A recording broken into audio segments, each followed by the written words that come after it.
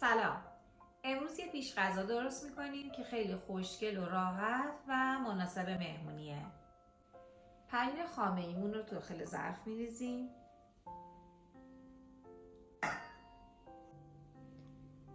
از پنیر چدار رنده شده یا اگه در دسترسمون نبود پنیر موزارلا میتونیم اضافه کنیم.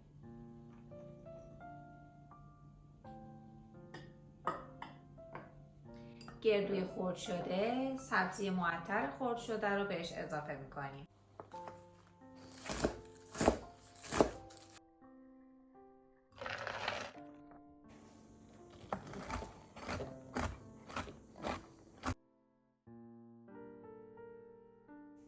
پنیر، گردو و سبزی معطر رو با هم دیگه خوب ترکیب میکنیم و سعی میکنیم این مخلوط و این ترکیب رو به صورت یه توپک در بیاریم که داخل فریزر قرار بدیم و به مدت 1 ساعت که تو فریزر باشه میتونیم بیرون بیاریم و به ادامه کارمون بپردازیم.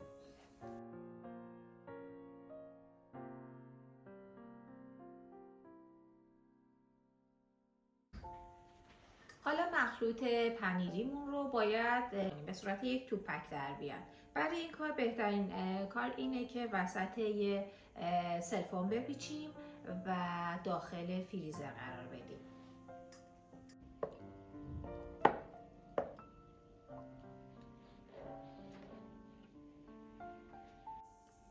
تا وقتی که توپک پنیریمون داخل فریزر در حال یخ زدن و جمع شدن هستش، دونه های انار رو آماده میکنیم.